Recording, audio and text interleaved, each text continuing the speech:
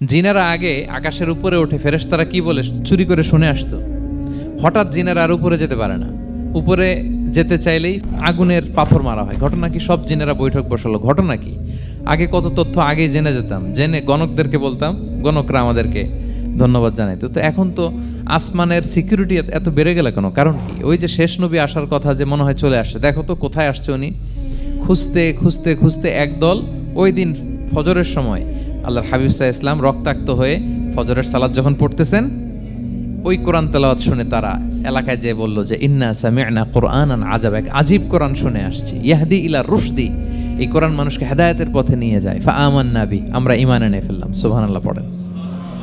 তো রাসূল সাল্লাল্লাহু আলাইহি ওয়াসাল্লাম তো এটা জানেন না। আল্লাহ তাআলা জিবরাইল মারফত জানালেন যে হে নবী, আপনি এসেছিলেন তায়েফের, তারা দাওয়াত গ্রহণ করে নাই, ম্যানকাইন্ড রিজেক্ট করেছে। কিন্তু আরেকটা জাতি আছে যাদেরকে আপনি দেখেন না, তাদেরকে বলে জিন কাইন্ড, মানে জিন জাতি। পুরো জিন জাতি কালিমা পড়ে মুসলমান হয়ে গিয়েছে নবী।